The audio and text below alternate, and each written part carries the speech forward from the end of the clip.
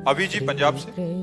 राधे राधे महाराज। महाराज जी आपके चरणों में कोटि कोटि गुरुदेव भगवान, जैसे आप कहते हैं कि परिवार में किसी एक को भगवत प्राप्ति हो जाती है तो 21 पीढ़ियां तर जाती महाराज जी हैं। इसका भाव क्या है महाराज जी? भगवत पीढ़ियों को दोबारा प्राप्ति होना बहुत कठिन बात होती है, कल्याण हो जाना बात अलग होती है। कोई जैसे 21 पीढ़ियां, मतलब उनका कल्याण होने का मतलब कि दोबारा जन्म नहीं होता। हाँ, फिर नहीं, पक्का नहीं होगा, इसमें कोई संशय नहीं है। देखो, भारतीय सुविधा जैसे कोई बड़ा अधिकारी होता है तो उसके माता पिता फ्री रेल में चल सकते हैं, उसके परिवारजनों को होते हैं ना सुविधाएं। तो जब कानून, अपनी भारत सरकार इतना सुविधा परिवार वालों को देती है, भाई लड़का नौकरी में तो माता पिता फ्री क्यों चल देंगे? बोले नहीं, सुविधा है। कब परिवार को सुविधाएं नहीं मिलती, तो भगवान ने सुविधा दी है कि अगर एक भक्त निकल गया और भगवान को प्राप्त हो गया, भगवान का साक्षात्कार कर लिया, तो 14 पीढ़ी आगे की और 7 पीढ़ी पीछे की, 14 और 7 21 पीढ़ियां तर जाती है। पर हो तो भगवत प्राप्त है। 2-4 माला घुमाने वालों के लिए भगवत प्राप्त हो गए। तो अगर उसके कुल में हो गया तो 17 साल लोकांतार्यत उतर जाता है, लोगों को उतार देता है। बड़ी बात होती है ना। कुलम पवित्रम जननी कृतार्था, शास्त्र कहते वो कुल पर सो कुल धन्य उमासुन जगत पूज्य सुपनीत, श्री रघुवीर परायण जे जन उपज विनीत। भगवान का विनय संपन्न भक्त जो पैदा हुआ भगवत सागर, वो कुल जगत पूज्य हो जाता है। अहोबत सुपचतो गरियान यज्ञ वर्तते नाम तुभ्यम। वो चाहे चांडाल क्यों ना हो, नीच स्वपच क्यों ना हो, अगर जिसकी जिह्वा पे भगवान का नाम आ गया और भगवान का निरंतर नाम जप कर रहा है, वो जगत पूज्य गरियान, वो जगत में सबसे श्रेष्ठ है। नाम प्रसंग कहत उपदेश, जाया धर्म धन्य सो देश, धन्य सो कुल जय जन्म भयो, धन्य सो तात, धन्य सो माय, संतत सकल सुनो चितलाय, श्री हरिवंश प्रताप जस।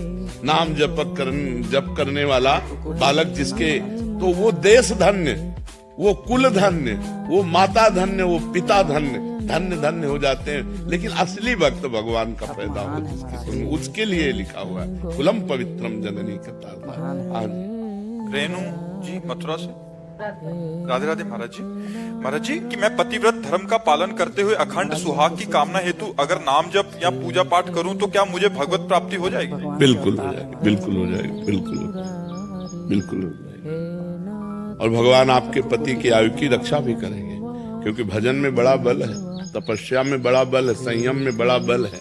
महाराज जी इनका एक और प्रश्न है कि महाराज जी माताएं बहनें जो घूंघट करती हैं, क्या इसकी कोई धार्मिक मान्यता है या पवित्र आचरणों में? पवित्र आचरणों के लिए ये ग्रामीण मान्यता है, धार्मिक या शास्त्रीय मान्यता नहीं है।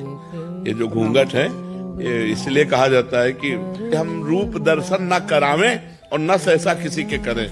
नारी की पवित्रता का बहुत बड़ा उसमें, अब आजकल तो ये सब देखने को नहीं मिलता, लेकिन गांवों में बूढ़ी माताएं अब भी इतना डाल लेंगी। अच्छा, घर में जैसे बूढ़े कोई जाते थे तो कहे दादा आ गए सब घूंघट करके। आज भी है, गांव में है था ना। हाँ, तो देखो कितनी पवित्रता थी कि पूज्य जन जो है वो ऐसे सावधान करके जाते थे कि माताएं बहनें यदि असावधान हो तो सावधान हो जाए, कि हम उनके अंग भी न देखें, उनका चेहरा भी न। गांव में तो ऐसा होता था कि मरने के बाद जब परवाह करने जाते तब कहते थे यार तुम्हारी बहू को तो हमने आज देखा है, नहीं तो और देखो ये मर्यादा पुरुषोत्तम भगवान श्री राम के समय में भी था।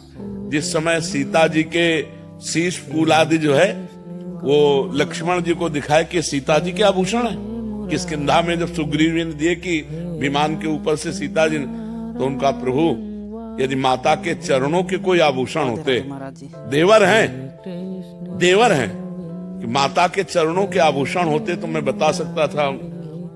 हमने कभी माता को ऐसे नहीं देखा, ऐसे चरणों की तरफ।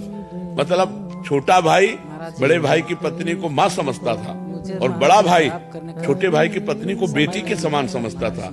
आज अब ऐसे राक्षस पैदा होते चले जा रहे कि अपने बच्चों के साथ ही दुष्कर्म करने के लिए तैयार हैं, फिर बहु बेटियां और सब।